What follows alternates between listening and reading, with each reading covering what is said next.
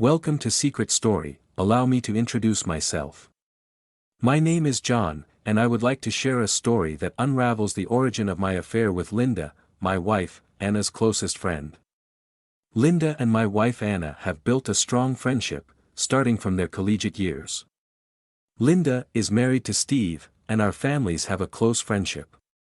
We frequently engage in various activities, such as celebrating birthdays, observing holidays, and even going on family vacations. Linda has always been someone I admired for her intellect and personality. She's the opposite of my wife, Anna. Other than age, both women are in their early 40s, and nothing else is similar. Anna is a stay-at-home mom with 2 children, while Linda is a tenured professor at our local university with no children. Anna's fair skin and blonde hair contrasted with Linda's darker complexion and dark brown locks. With a better understanding of these 2 women in some context, I can now continue with my narrative. It all started several months ago at a charity event dinner my wife was hosting. Linda attended the party solo as her partner, Steve, was on a work trip. Meanwhile, my wife Anna was fully occupied as the event organizer, tirelessly ensuring everything ran smoothly. Linda and I sat at the table all night, enjoying each other's company. We engaged in great conversations, shared laughter, and created a memorable evening. Truthfully, we may have indulged in excessive amounts of wine, which likely contributed to the enjoyable atmosphere. As the evening neared its conclusion, Anna returned to the table momentarily, informing us that she had to go upstairs to wrap up the accounting with the organizing committee. In response, Linda and I volunteered to assist in transporting some items from the party to the storage area, allowing us to depart once Anna concluded her meeting. Linda and I were alone in the back room, fully bantering while tidying up. She teasingly compared us to a married couple, and in a light-hearted moment, she leaned in and planted a gentle kiss on my cheek, expressing her enjoyment of the evening. Time seemed to stand still as we looked at each other, and before we knew it, we were passionately locked in a full French kiss. We got caught up in the moment. In that instant, desire surged, and we were in a frenzy of passion. In a calm voice, Linda whispered, "John, I want." The weight of reality began to sink in. It became clear that we must tidy ourselves and appear presentable before encountering Anna, my wife, once again. As the event ended, the 3 of us began our journey home. My thoughts were conflicted, torn between the forbidden pleasure with Linda and the guilt I felt towards my wife, Anna, sitting next to me in the car. Oblivious to my infidelity, my wife radiated happiness and pride for her successful management of the event. Completely unaware of the lingering scent of our indiscretion in the car. After a seemingly never-ending drive, we finally reached Linda's place and said our goodbyes before heading home. During the drive back, Anna asked about my evening with Linda and even playfully suggested we make a cute couple. My thoughts were in disarray. Did she suspect something? I replied, "It was all right, you know Linda, not really the partying type." I couldn't wait for the drive to be over. As we neared home, my wife continued to talk about the successful event and thanked me for entertaining her best friend. Almost home, I couldn't handle any more questions. Anna appeared very playful, typical when she felt happy and accomplished. As I lay in bed, I couldn't help but wonder if this was all just a dream. Now, I am feeling a mix of awe and guilt. The excitement on my face soon faded as the harsh reality sank in. The weight of the risks involved and the potential pain suddenly overwhelmed me. Despite the potential risks, Linda and I made a mutual decision to continue meeting up regular. Our intense addiction to each other seems to override any concerns or fears. It has been over 2 weeks since Linda and I shared our intimate moment. We stay in touch regularly through a discreet messaging app, and we both agree we would like to relive that experience. Unfortunately, circumstances haven't allowed us the opportunity. Our meetings have been limited to occasional run-ins when Linda visits my wife. While unintentional, this break has given us the mental space to reflect and process what happened. While she remains unaware of my transgression. These past weeks, our intimate life has surpassed the frequency and quality we have experienced in years. It is as if this incident has breathed new life into our relationship. During our Saturday morning coffee, my wife casually mentioned that Linda would come over this afternoon to pick her up for yoga. Despite having seen Linda at our house a few times since our initial encounter, her presence still made me feel uneasy around my wife. Linda arrived, ringing the doorbell before walking straight in.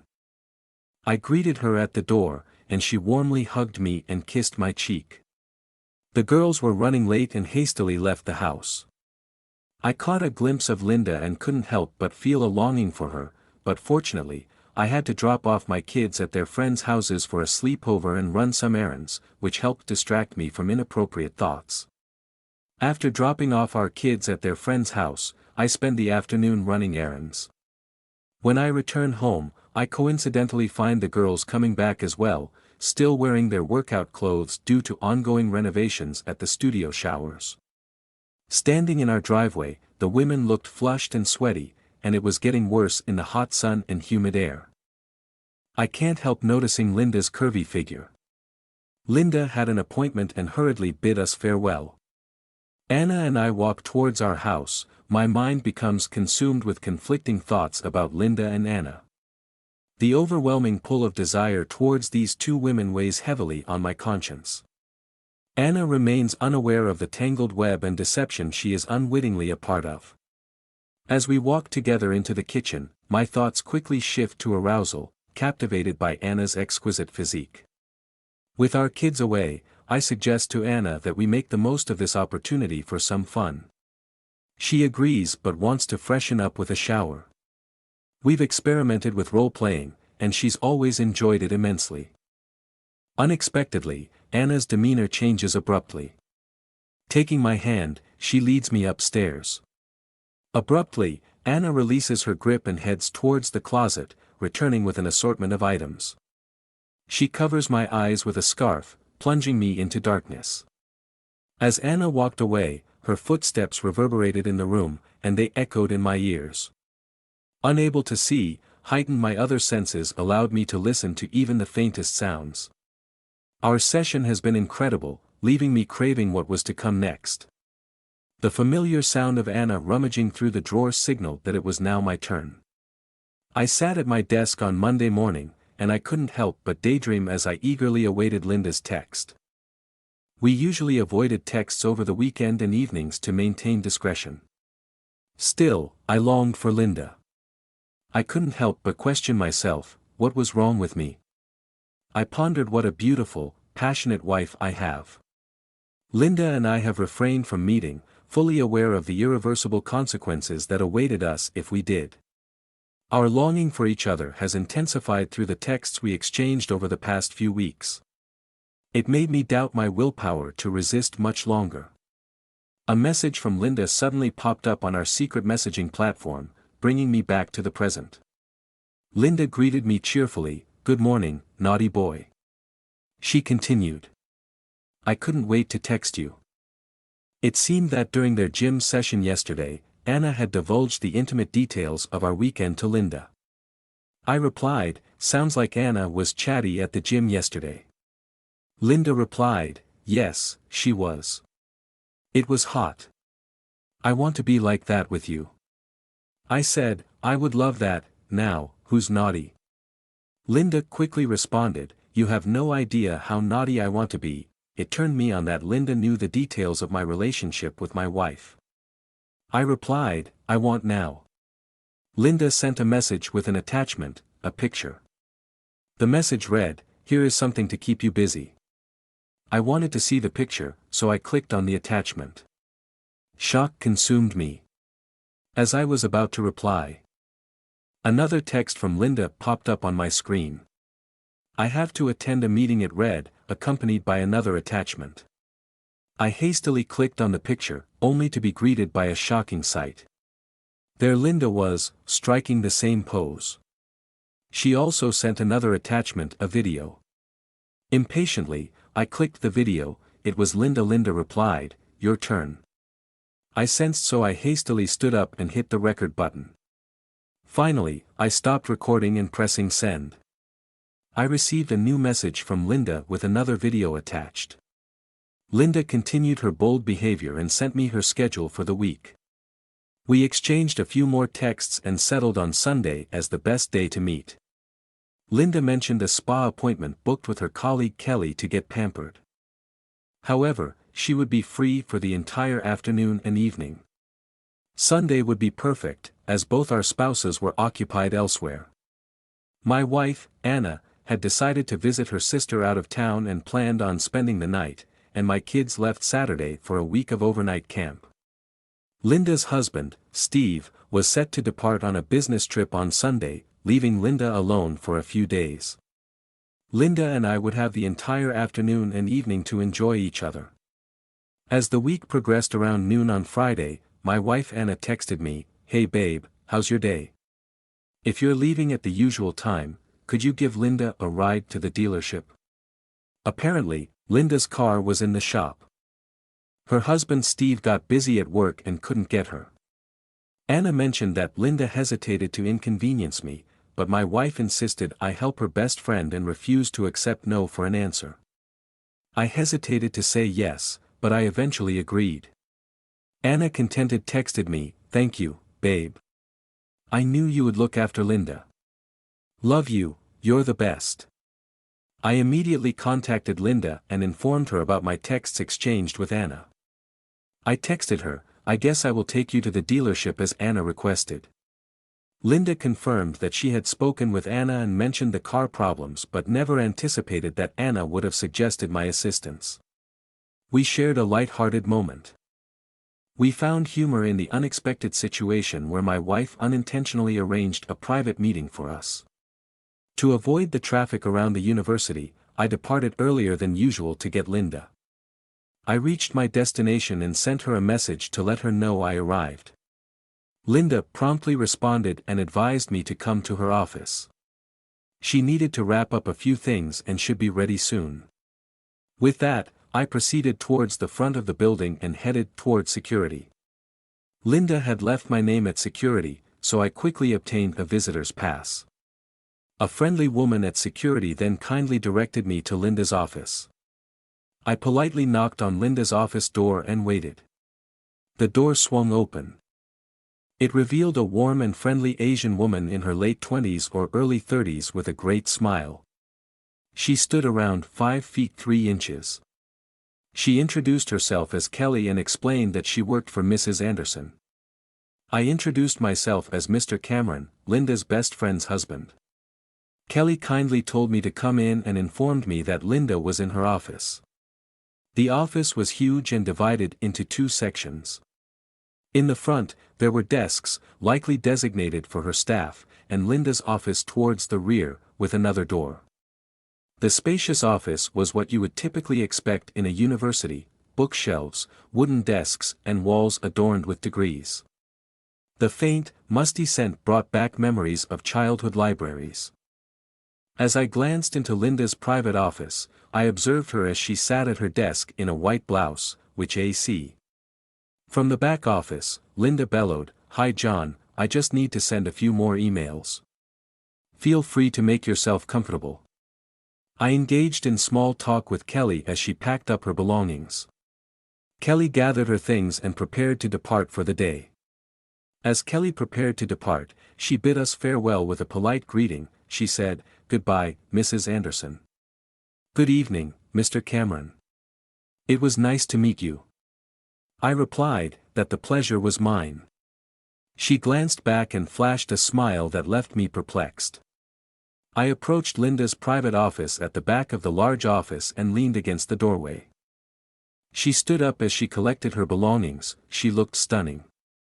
Her tall figure exuded elegance. I casually mentioned that Kelly was a delightful young lady.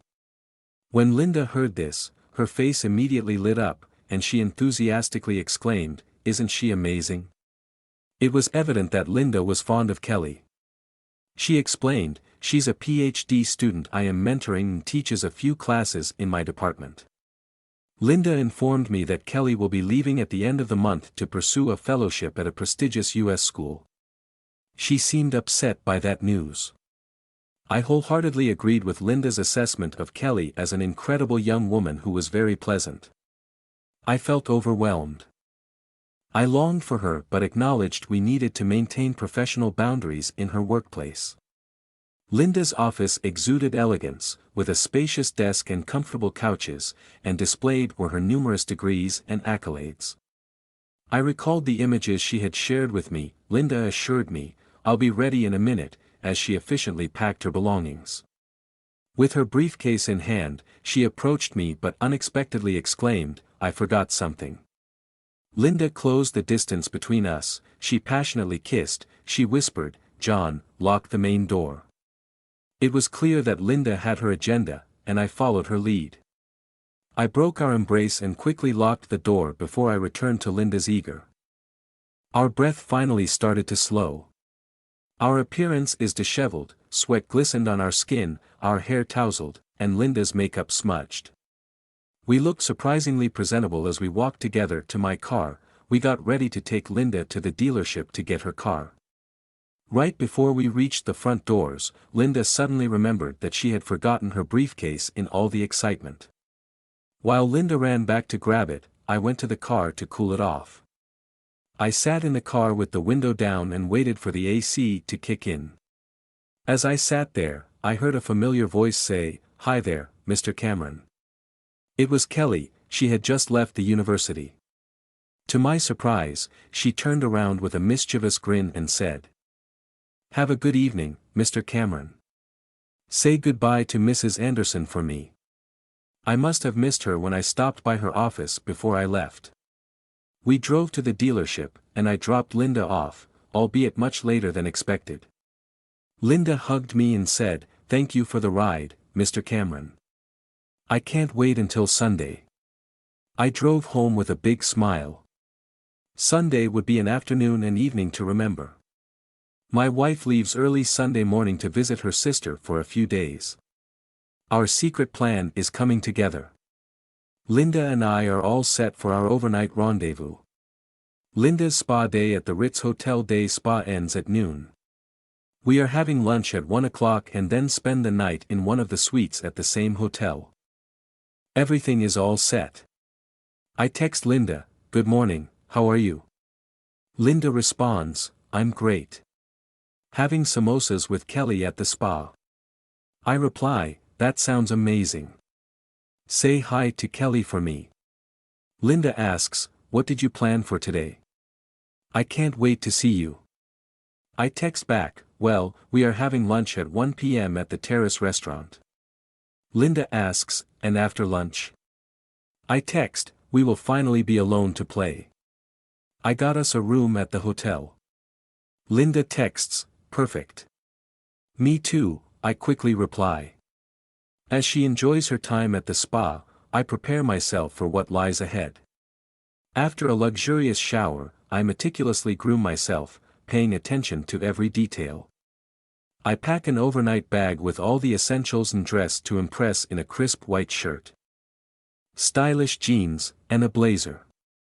Arriving early at the hotel, I have ample time before lunch at 1 o'clock to check in and head up to our suite on the top floor.